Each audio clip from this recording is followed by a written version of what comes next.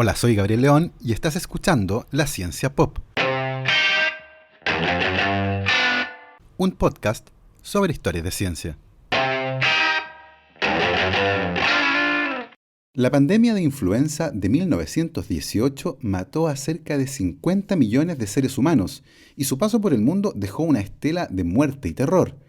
Y una de las cosas más terroríficas sobre esta pandemia es que jamás supimos qué fue lo que la causó. En efecto, la relación de los virus con la gripe solo se estableció de manera clara en 1933 y la identidad del virus que causó la peor pandemia de la historia fue conocida recién 80 años después. Los secretos de ese virus pudieron ser revelados gracias a Lucy, una mujer inuit que vivió en una remota aldea en la costa de Alaska, y hoy, en la Ciencia Pop, les contaré su historia. Y recuerden que si les gusta este proyecto, lo pueden apoyar a través de mi página en Patreon. Para eso, vayan a www.patreon.com/lacienciapop y se pueden inscribir para hacer un aporte mensual a la causa. Agradezco, como siempre, los aportes generosos de la cuenta de Instagram @hablemos.deciencia y de Sebastián Toledo, Alberto Montt y Laura, Fernando Toro, Claudia D'Alenson, Diego Molina, Pedro Maldonado, Macarena Vergara, Andrés Cifuentes y Francisca Rull. Muchísimas gracias a todos.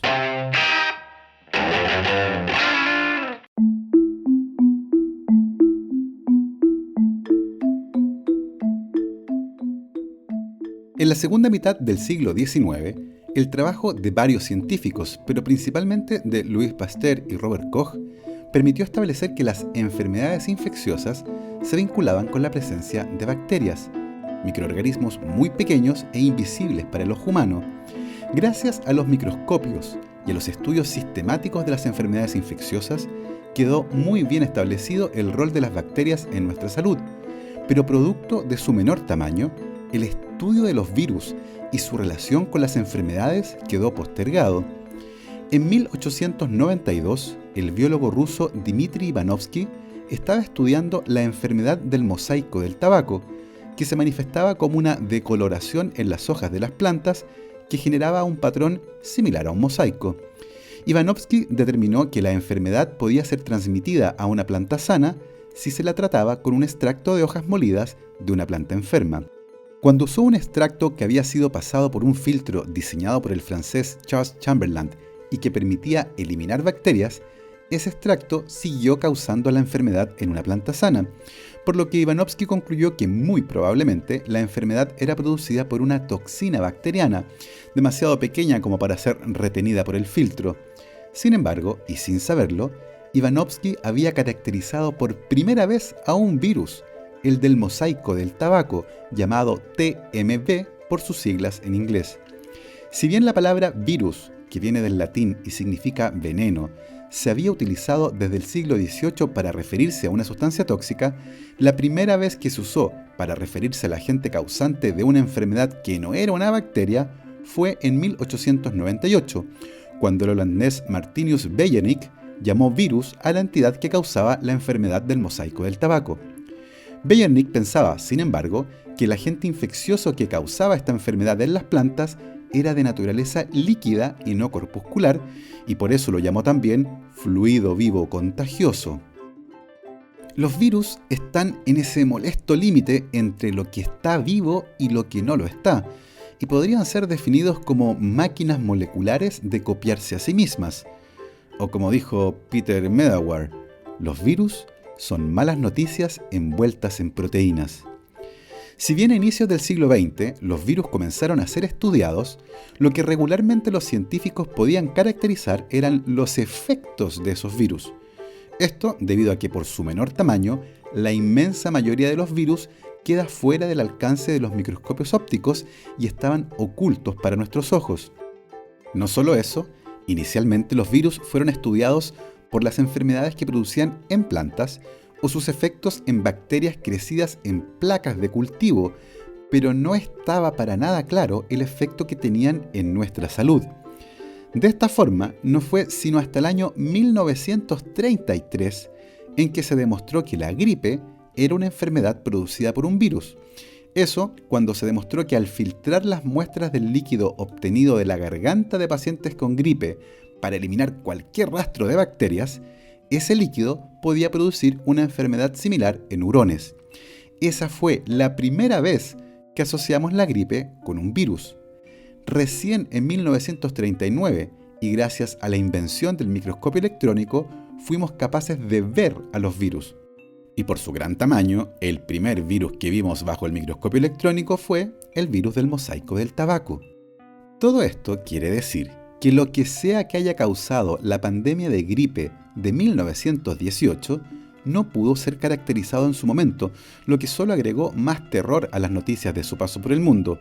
Así, en un hecho que puede parecer sorprendente, nadie supo en esa época qué fue lo que mató a 50 millones de seres humanos entre 1918 y 1920. La gripe es una enfermedad respiratoria grave, conocida desde la antigüedad, y no debe ser confundida con el resfrío común, una enfermedad respiratoria inofensiva que usualmente no produce más complicaciones que algo de congestión. Otro nombre para la gripe es influenza, que viene del latín influentia, y que se usaba para referirse a cualquier enfermedad supuestamente causada por la influencia invisible de las estrellas. En 1743, una epidemia de gripe se paseó por Europa y los italianos la llamaron influenza di catarro, pero en Inglaterra se le llamó sencillamente influenza. El 28 de mayo de 1918 se informó que una enfermedad de naturaleza desconocida estaba diseminándose en Valencia, España. La enfermedad, de corta duración, muy contagiosa y fatal en un alto porcentaje de los casos, se caracterizaba por presentarse con fiebre alta, mucha tos y malestar generalizado. Una enfermedad similar se describía en otras ciudades de España. Se parecía a la gripe, que cada invierno rondaba por las ciudades del mundo, pero a diferencia de otros años, la tradicional gripe se había convertido en un asesino en serie. Debido a las restricciones a la prensa impuestas en parte importante de Europa durante la Primera Guerra Mundial, que finalizó en noviembre de 1918, las primeras noticias sobre la pandemia de gripe salieron desde España, donde tales restricciones no aplicaban. Esto ha generado la idea de que la enfermedad apareció en ese país inicialmente y por eso se le conoce como la pandemia de gripe española. Sin embargo, y a ciencia cierta, nadie sabe cómo ni dónde comenzó. Actualmente se discute la pertinencia de aplicar gentilicios a las epidemias, puesto que ello puede prestarse para la generación de actitudes colectivas que se traducen en discriminación, proteccionismo y estigmatización. El médico de la Armada de Estados Unidos, Roy Grist, le escribió a un colega: estos hombres comienzan con lo que parece ser un ataque ordinario de gripe o influenza, y cuando son llevados al hospital, desarrollan muy rápidamente el tipo de neumonía más brutal que jamás se haya visto. Es solo cuestión de unas pocas horas hasta que llega la muerte. Hemos estado promediando alrededor de 100 muertes por día. Hemos perdido un número escandaloso de personal médico y se necesitan trenes especiales para llevarse a los muertos. Durante varios días no hubo ataúdes y los cuerpos se apilaron atrozmente. La influenza es una enfermedad respiratoria infecciosa grave causada por los virus de la influenza, y si bien existen los virus de tipo A, B, C y D, solo los dos primeros son relevantes para la salud de los seres humanos. Los síntomas asociados con la infección por el virus de la influenza varían enormemente, desde una enfermedad respiratoria leve confinada a la parte superior del tracto respiratorio a versiones más severas, caracterizadas por fiebre, dolor de garganta, secreción nasal, tos, dolor de cabeza, dolor muscular y fatiga, que puede derivar en una neumonía grave y en algunos casos mortal debido a la misma infección viral o bien a una infección bacteriana secundaria. Los virus de la influenza A son los más relevantes y se cree que tienen su origen en aves silvestres. Estos virus se dividen en subtipos que se clasifican de acuerdo a las variaciones que presentan en dos proteínas de la superficie viral, la hemaglutinina, H, y la neuraminidasa, N. Existen 16 diferentes subtipos de hemaglutinina y 9 para neuraminidasa, lo que quiere decir que potencialmente hay 144 diferentes tipos de virus de influenza A, pero hasta ahora se han identificado 131 en la naturaleza. Los virus de la influenza A que más comúnmente circulan entre humanos son los AH1N1 y AH3N2, pero además existen grupos y subgrupos de cada uno, generando una enorme variabilidad, la que se explica por dos características propias del virus que están relacionadas con la forma en que administra su información genética. En primer lugar, el genoma de los virus de la influenza es muy especial y está organizado en 8 moléculas diferentes llamadas segmentos. Así, el segmento 1 del virus AH1N1 es equivalente al segmento 1 del virus H3N2. Pero, si dos virus distintos infectan a una misma célula, es posible que se intercambien segmentos enteros entre ellos, generando un virus completamente diferente. Y en segundo lugar, todos los virus necesitan copiar su genoma para fabricar nuevas copias de sí mismos, y para eso necesitan que algo copie la información genética. El problema es que el sistema de copia de los virus de la influenza es muy malo y no copia de manera fidedigna la información porque comete muchos errores. Eso quiere decir que de vez en cuando genera una copia del genoma que es levemente diferente al original, y eso puede generar cambios en las proteínas y por lo tanto más variabilidad. De esta forma, los virus de la influenza cuentan con dos mecanismos diferentes, tremendamente potentes, para generar variabilidad, algo que puede transformar a un virus inocuo en un asesino en serie.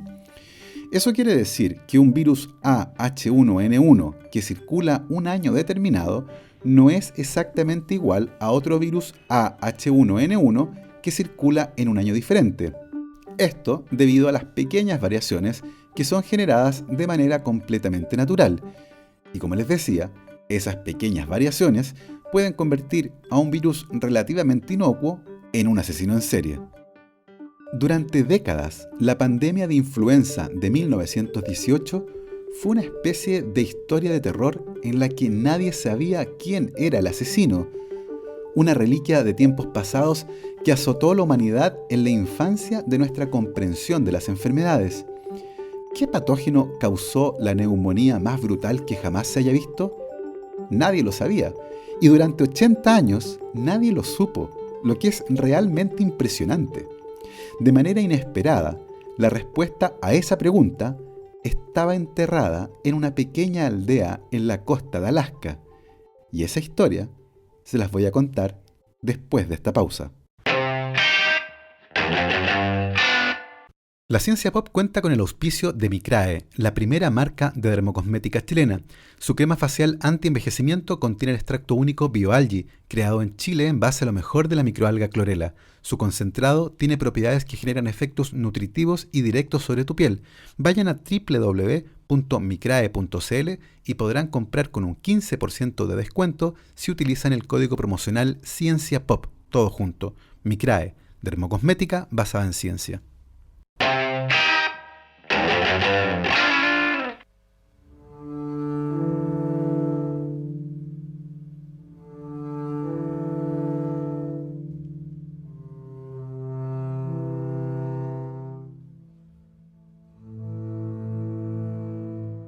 El año 1900, una misión religiosa liderada por el pastor luterano noruego Tollef Brevig se instaló en la esquina más occidental de Alaska con el apoyo del gobierno local, en una zona de caza y pesca que el pueblo inuit ocupaba también para el comercio de pieles con Siberia, a solo 60 kilómetros de distancia. El lugar se conoce actualmente como Misión Brevig, y las cerca de 400 personas que viven ahí hoy lo hacen con una economía de subsistencia, muy similar a la que tenían a inicios del siglo pasado, cuando la población era de 80 personas. Nadie sabe muy bien cómo ocurrió, pero a ese aislado rincón del mundo la pandemia de influenza también llegó.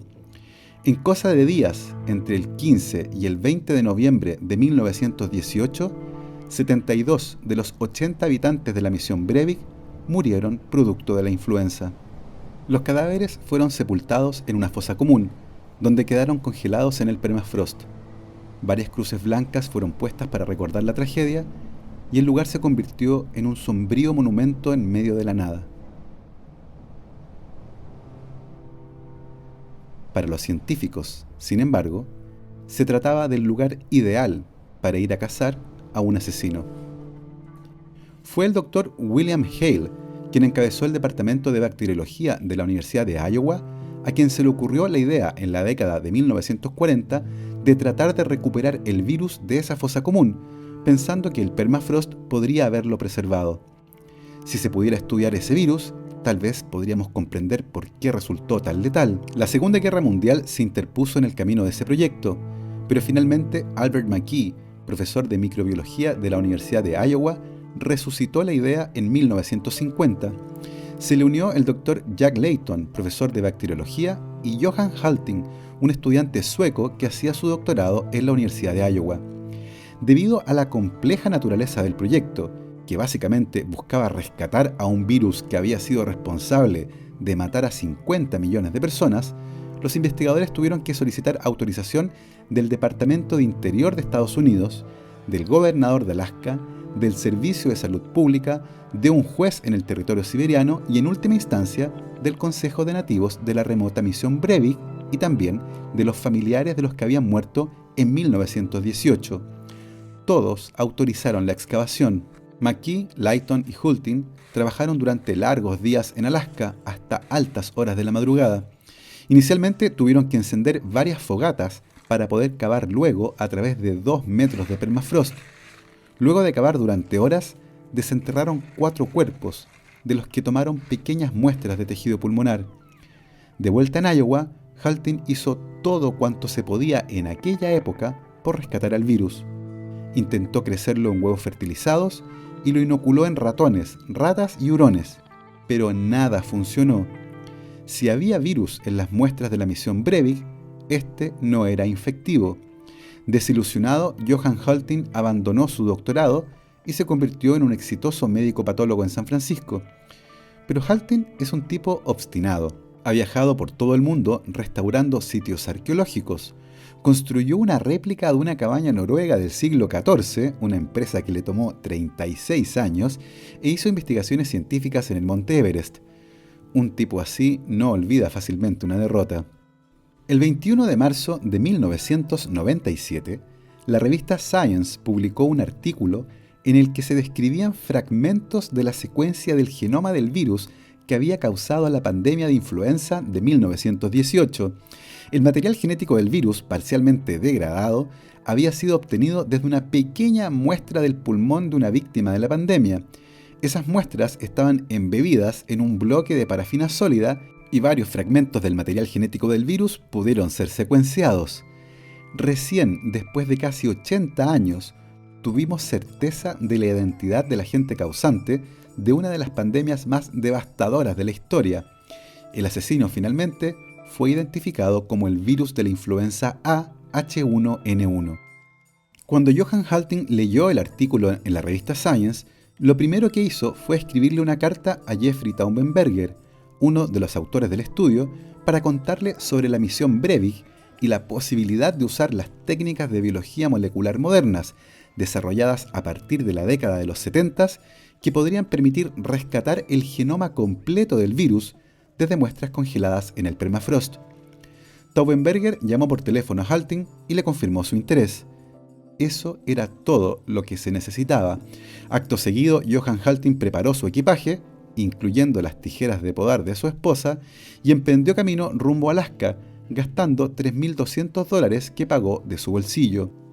Al llegar a la misión Breivik, pidió permiso para excavar y, enterrada a 2 metros de profundidad, encontró a una mujer inuit de unos 20 años que había muerto en 1918, a la que llamó Lucy. Lucy había sido una mujer obesa y la grasa corporal protegió a los pulmones durante el lento proceso de congelamiento, de tal forma que estos se encontraban en un gran estado de conservación. Halting extrajo algunas muestras y más tarde las envió al laboratorio en el que trabajaba Taubenberger. 10 días después de enviar su particular encomienda, Halting recibió la respuesta. Habían logrado identificar material genético del virus y de gran calidad desde los pulmones de Lucy. Lo que siguió fue la reconstrucción de la cara del asesino a partir de la descripción de sus genes. En 1999 publicaron un primer artículo en el que se describía la secuencia completa del segmento del genoma que contiene las instrucciones para fabricar la hemaglutinina del virus AH1N1 de 1918. El análisis indicaba que la proteína guardaba gran parecido con las hemaglutininas de virus de influenza de aves y que muy probablemente el virus estaba circulando entre los humanos antes de 1918, probablemente entre 1900 y 1915. En el transcurso de los siguientes 6 años, se publicaron 6 estudios científicos en los que se usó la muestra de virus extraída de los pulmones de Lucy. Finalmente, en el año 2005, los científicos habían secuenciado los 8 segmentos del genoma del virus que había causado la pandemia de influenza de 1918. Una cosa interesante es que se encontraron pocas mutaciones conocidas que pudieran explicar la enorme agresividad de este virus. Y en ese punto, y para poder seguir con las investigaciones, hubo que tomar una decisión muy compleja. Con todos los trozos de información que se había obtenido, era posible ensamblar al virus que causó la pandemia de 1918 y traerlo al presente. ¿Vale la pena correr un riesgo de esta naturaleza? Para los científicos y autoridades del Centers for Disease Control and Prevention, el famosísimo CDC, la respuesta era sí, básicamente porque todavía no lográbamos entender del todo dónde residía la enorme agresividad de este virus. Luego de revisar todos los pros y contras, luego de escribir normas adicionales y elegir el laboratorio de bioseguridad de nivel 3 del CDC en Atlanta, se llegó a la conclusión de que lo mejor era que solo una persona metiera las manos en ese pozo negro de información genética. La persona elegida fue el Dr. Terence Tampi, microbiólogo y jefe de la sección de inmunología y patógenos de la división de influenza del CDC, y fue lo más parecido a lo que hemos visto en películas sobre virus peligrosos. Tampi debía trabajar solo, después del horario laboral del resto de los investigadores, y el acceso al laboratorio se hacía con la huella digital. No solo eso, para abrir los congeladores destinados al proyecto, se habilitó un escáner de retina, y solo Tampi los podía abrir con uno de sus ojos. Tampi sabía que si se llegaba a infectar, se le pondría automáticamente en cuarentena y se le negaría el contacto con el mundo exterior. Era un astronauta en la Tierra armando un rompecabezas que podía matarlo. Y Tampi lo tenía claro, tanto que el día que el virus fue finalmente ensamblado le envió un correo electrónico a sus colegas. Es un pequeño paso para el hombre, un gran salto para la humanidad, escribió. A fines de julio del año 2015, el virus de la influenza AH1N1, que causó la pandemia de 1918, volvió a hacerse presente en este planeta. El 7 de octubre del año 2005, la revista Science publicó el estudio en el que se caracterizaba el virus de la influenza que causó la pandemia de 1918 y que había sido reconstruido por Tampi. El virus resultó ser un asesino brutal. Por ejemplo, la cantidad de virus que se acumulaba en los pulmones de ratones infectados con la variante de 1918 era 39.000 veces más alta y resultaba 100 veces más letal que otros virus similares usados como control. El virus fue inyectado en huevos de gallina y los embriones sucumbieron en cosa de días, algo similar a lo que ocurre con las versiones de AH1N1 de aves. Como control, el virus AH1N1 estacional, que circula en humanos todos los inviernos, no tuvo ese efecto destructivo. Finalmente se concluyó que no había un componente en particular que diera cuenta de la agresividad del virus, y eran los 8 segmentos genómicos los que en conjunto generaban una mezcla letal. En ese sentido, el virus de la influenza que causó la pandemia de 1918 es una máquina de matar, un inigualablemente letal producto de la naturaleza y la evolución, que nace a partir de la convivencia de los seres humanos y otros animales, el último gran asesino global. Como comparación, la actual pandemia de coronavirus ha generado casi 5 millones de casos confirmados y ha matado a 330.000 personas al día de hoy.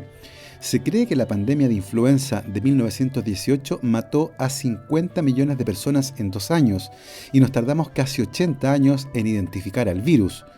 En la actual pandemia nos demoramos 2 semanas en tener la secuencia del genoma del virus y 42 días después se anunciaba el primer ensayo clínico para una vacuna. Bueno, eso fue todo por hoy. Espero que hayan disfrutado de esta historia. Nosotros nos encontramos nuevamente la próxima semana. Recuerden que me encuentran en Instagram y Twitter como @GaboTuitero. Que estén muy bien, lávense las manos.